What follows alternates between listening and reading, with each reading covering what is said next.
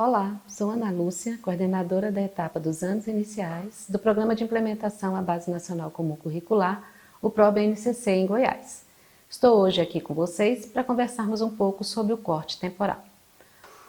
Como todos sabem, o documento curricular para Goiás ampliado apresenta na sua estrutura do quadro curricular o ordenamento e a integração das habilidades a serem desenvolvidas pelos estudantes no decorrer do ano letivo. Nesse sentido, foi pensado no corte temporal. O corte temporal é a distribuição de um conjunto de habilidades no decorrer do ano para facilitar tanto o processo de ensino quanto o acompanhamento das aprendizagens pelos estudantes. O corte temporal atende à progressão das habilidades a serem desenvolvidas pelos estudantes durante todo o ano letivo e em cada componente curricular. Nesse sentido, o corte sugere uma sequência ou uma divisão dessas habilidades para melhor organização do trabalho curricular na escola. O que é importante ressaltar é que mesmo na organização do quadro curricular, os conjuntos de habilidades já estejam definidos, é fundamental a leitura do texto introdutório que traz a unidade temática, os objetos de conhecimento e conteúdos onde essas habilidades estão inseridas. Esse trabalho precisa ser conjunto para que haja uma melhor organização no planejamento do professor.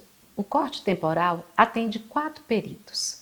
O primeiro período vai de janeiro, fevereiro, março até a primeira quinzena de abril. O segundo período vai da segunda quinzena de abril, abarcando maio e junho. O terceiro período, agosto e setembro. E o quarto período, outubro, novembro e dezembro. Lembrando que, dependendo das redes e das instituições, pode haver alteração ou variação na periodicidade desses cortes. Para atender a organização dos cortes temporais, foi pensado em critérios gerais para o desenvolvimento dessas habilidades no decorrer do ano letivo.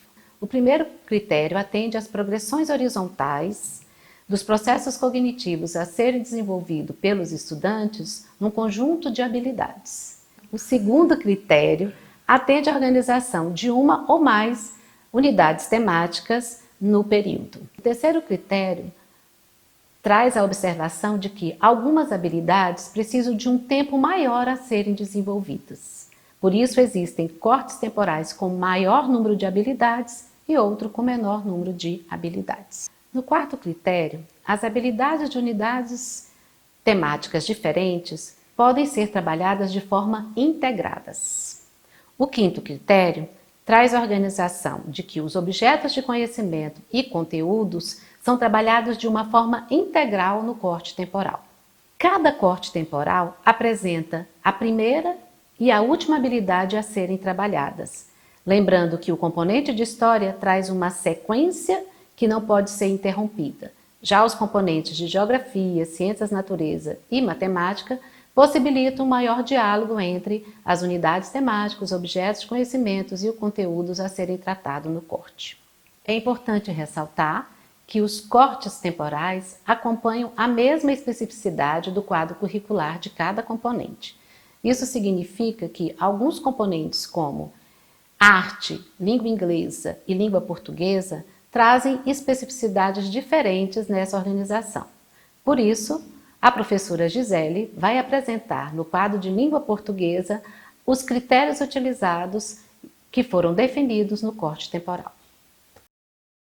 Olá a todos, eu sou Gisele, redatora e formadora na equipe de currículo do Estado de Goiás, PROBNCC, e venho conversar com vocês um pouquinho sobre o corte temporal de língua portuguesa.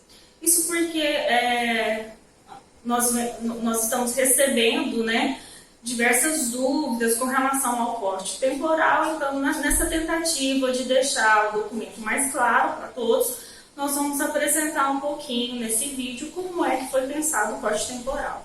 A primeira coisa que nós precisamos entender é conhecer o documento de língua portuguesa, até mesmo dentro do que está proposto lá no texto introdutório. A gente precisa entender que todo o trabalho de língua portuguesa tem um texto, como um elemento central. Então, todo o ensino uma vez que a língua portuguesa ela vem, né, com uma abordagem na perspectiva enunciativa discursiva de linguagem, a gente precisa entender como essa abordagem se dá. Então, primeira coisa que nós precisamos ter em mente é que a centralidade é no texto, né? É uma questão que a gente precisa ter muito claro isso. Outra questão é conhecer como é que está estruturada a língua portuguesa no documento. Observem que nos anos iniciais nós temos os campos de atuação e nós temos os campos de atuação também nos anos finais. Quando nós entendemos, então, como eu já disse anteriormente, que todo o ensino é centrado no texto, observem que os campos de atuação eles dialogam com essa questão dos textos, uma vez que os gêneros estão presentes nesses campos. Nos anos iniciais, então, o que a gente observa lá? Nós temos 4 campos de atuação, que é o campo da vida cotidiana, o campo artístico-literário, o campo da vida pública e o campo de estudo, das práticas de estudo e pesquisa. Quando nós olhamos os campos que fazem parte dos anos finais, nós temos o artístico-literário, o campo das práticas de estudo e pesquisa, o jornalístico-midiático, que não estava lá nos anos iniciais, e o campo de atuação na vida pública. Então, a primeira coisa que a gente tem que ter bem claro é que todo o ensino, centralidade no texto e nos campos de atuação. Outra questão que a língua portuguesa traz, ela difere dos outros componentes, é um componente que traz um número muito grande de habilidades e a gente precisa aprender a lidar com essas habilidades. Então, quando eu olho as habilidades, elas estão, né, organizadas por meio de práticas de linguagem. Quais são as práticas de linguagem? Então, nós temos a leitura, a prática de leitura, a prática de oralidade, a prática de análise linguística, a prática de produção de textos. Então, precisamos olhar essas questões relacionadas às práticas também. Então, quando a gente olha essas práticas de linguagem, elas estão todas inseridas nos campos de atuação. Além disso, não podemos deixar de lado que algumas práticas, né, elas vão estar envolvidas em todos os campos de atuação. Né? Então, nós temos um elemento lá na língua portuguesa que chama todos os campos de atuação. Quer dizer que eu tenho práticas que podem perpassar por diferentes campos e habilidades também que podem perpassar por diferentes campos. Ok. Tendo isso em vista, é interessante que nós olhemos para o quadro do documento curricular de língua portuguesa, o ampliado. Observem que foi feito, né, pela equipe que fez o documento ampliado, uma sistematização, um detalhamento maior dos objetos de conhecimento. Então, quando você olha os objetos de conhecimento, nós temos os objetos aí que estão, que trazem logo abaixo um detalhamento que são os conteúdos. Isso veio na tentativa de facilitar para o professor, né, essa questão de como enxergar os conteúdos dentro desses objetos de conhecimento. Além disso, a equipe pensou em detalhar os gêneros, né, que são previstos para aqueles campos de atuação, dentro daqueles campos naquele determinado ano. Então, vocês têm, onde tem os campos de atuação, observem no quadro, tem ali todos os gêneros que estão relacionados ao campo da vida cotidiana daquele ano. As habilidades também foram desmembradas. Por que nós fizemos esse desmembramento das habilidades? Quando a gente olha a habilidade da BNCC, o que acontece? São habilidades que trazem diferentes processos cognitivos. Então, também, para que ficasse mais claro, nós resolvemos, né, desmembrar para que esse detalhamento das habilidades ficasse mais claro para os professores. Olha aqui, nesse quadro do primeiro ano, as habilidades já trazem quais são os gêneros que deverão ser trabalhados dentro daquele ano. Então, a gente tem aqui no quadro, né, todos esses gêneros previstos para esse ano. Então, no primeiro ano, no campo da vida cotidiana, na prática de leitura, nós temos listas, bilhetes, calendários. Ah, Gisele, nós precisamos esgotar todos esses gêneros nesse bimestre? Não. Olhem lá no texto introdutório, a gente deixa bem claro que é preciso pensar na complexificação dos gêneros. Nós não podemos trazer, então, todos esses gêneros, né, trabalhar de uma forma rápida, sem garantia das habilidades. Então, se eu tenho ler e compreender em colaboração com os colegas, ou a ajuda do professor, e já com certa autonomia, listas, bilhetes, calendários, no primeiro bimestre, se eu definir que os meus alunos do primeiro ano já consigam trabalhar com listas e bilhetes e calendários, tudo bem. No segundo bimestre, vocês podem trabalhar com avisos, com convites, mas se você quiser trabalhar com esses gêneros da vida cotidiana em todos os bimestres, você pode fazer uma sistematização de forma que esses gêneros vão se complexificando ao longo do ano. A gente precisa pensar nessa progressão. Quando a gente pensa em progressão, nós temos a progressão que é horizontal e a progressão que é vertical. Então, observem todas as habilidades que estão lá para o primeiro ano, para que vocês consigam entender que aquelas habilidades que são do primeiro ano, elas precisam ser garantidas para que a progressão, né, para o segundo ano aconteça. E tem outras habilidades que vão ser definidas entre o primeiro até o quinto ano ou do primeiro e segundo ano. A gente tem que aprender, né, a observar essas questões que são relacionadas a essas habilidades. Ok. Então, quando eu falei dos campos de atuação, nós precisamos entender também que esses campos, eles dialogam, né? Eles estão o tempo todo dialogando. Porque vocês podem dizer para mim, olha, Gisele, tem lá parlendas, tem as cantigas que estão na vida cotidiana. Por que eles estão e não estão no campo artístico literário? Porque quando a gente fala, então, desse diálogo entre os campos, a gente observa o quê? Que a criança, quando sai da educação infantil, qual é a vivência dela com relação a esses textos? Ela vivencia muito as parlendas, as canções, as cantigas de roda. Então, quando ele vai para o primeiro ano, até pensando nessa questão da transição, ele vai acontecer o quê? A criança, esses textos que fazem parte do cotidiano dela, vão continuar fazendo parte do cotidiano dela nesse campo da vida cotidiana. Uma outra questão, vamos observar os critérios que são de organização e progressão. Quando a gente pensa na progressão, nós temos do primeiro e segundo ano o processo de alfabetização ele deve acontecer. Isso é uma novidade, né, dentro do documento em que a BNCC coloca que a alfabetização se dá até o segundo ano dos anos iniciais.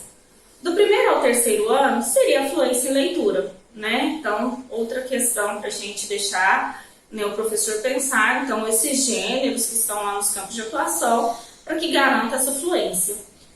A ortografização, ela vai acontecer, né, nesse processo de alfabetização e ela vai perpassar outros anos. Isso não significa que a gente não tenha que trabalhar a questão da ortografia, tanto é que tem habilidades voltadas para ortografia, né, tanto no primeiro quanto no segundo ano. Então, a gente precisa trabalhar, né, essa perspectiva da ortografização desde o primeiro ano e ela vai se progredir, ela vai avançando, né, em a tentativa de garantia até o quinto ano ou mais, ok? Na língua portuguesa também existem outras questões que foram pensadas tanto na BNCC quanto pela equipe. A primeira, vocês vão observar que nos anos finais e até mesmo nos anos iniciais existe a presença da curadoria. Precisamos trabalhar essa questão do ser curador, do aluno entender o que é uma fake news, né, sobre as mensagens, as informações que circulam, né, socialmente, na internet, a cultura digital. Então, a gente tem muita questão da cultura digital, os gêneros, né, que fazem parte dessa cultura juvenil, eles são muito, né, da mídia, são muito midiáticos. A semiótica e os textos multimodais também está tudo presente no documento, além da oralidade, que é uma coisa que realmente também foi colocada em pauta ali no documento, né, que é esse trabalho com a oralidade. Outra questão, observem que nós temos habilidades que vão do primeiro ao quinto, do sexto ao nono, sexto e sétimo, oitavo e nono, né, o código alfanumérico nos dá o que é, né, para que ano que é cada uma dessas habilidades. Então, quando eu tenho uma habilidade, como tem um exemplo aí, que é uma habilidade de terceiro ao quinto ano, ela precisa ser garantida no terceiro ou ela pode ser garantida até o quinto? Ela vai iniciar no terceiro ano, mas ela precisa ser consolidada até o 5º ano. Por isso que às vezes ela no corte temporal, muitas vezes falam, olha, está repetindo muito, tem muitas habilidades que estão repetidas, e elas irão se repetir sim ao longo do documento, porque são habilidades que são previstas não só para o 3º ano, mas que ela vai acontecer também no 4º e no 5º ano. Então, no corte temporal, quais foram os critérios que nós utilizamos para fazer o corte temporal? Primeiro, foi na complexificação, na seleção dos gêneros textuais. Quando a gente definiu os gêneros textuais ali, a gente precisa entender que os alunos vão partir dos gêneros mais simples para os gêneros mais complexos, né? Então, é importante trazer isso para a proposta de cada rede, tendo em mente, né, essa questão. Um outro foi o alinhamento das práticas de linguagem. Se a gente tem a taxonomia de Bloom, olhando pela taxonomia, o aluno primeiro, dos 6 níveis, ele precisa o quê? Reconhecer, conhecer, compreender, aplicar, avaliar, analisar e, por fim, criar. Se eu pego essas práticas e coloco em ordem, o que eu tenho que fazer primeiro com o meu aluno? Primeiro é a prática de leitura. O aluno ele precisa ler para ele conhecer. Ele precisa discutir, que vem a oralidade. A análise linguística com relação ao gênero vem para definir a estrutura daquele gênero. Como é que esse gênero se organiza? Como é que ele está estruturado, né? Então isso é interessante. A produção, ela vem por último. Por quê? Porque o aluno só vai produzir depois que ele já dominar essas outras práticas e depois que ele conhece. O aluno, ele não pode, né, ele não parte do nada para ele produzir um determinado texto, ok? E a outra foi a organização dos campos de atuação.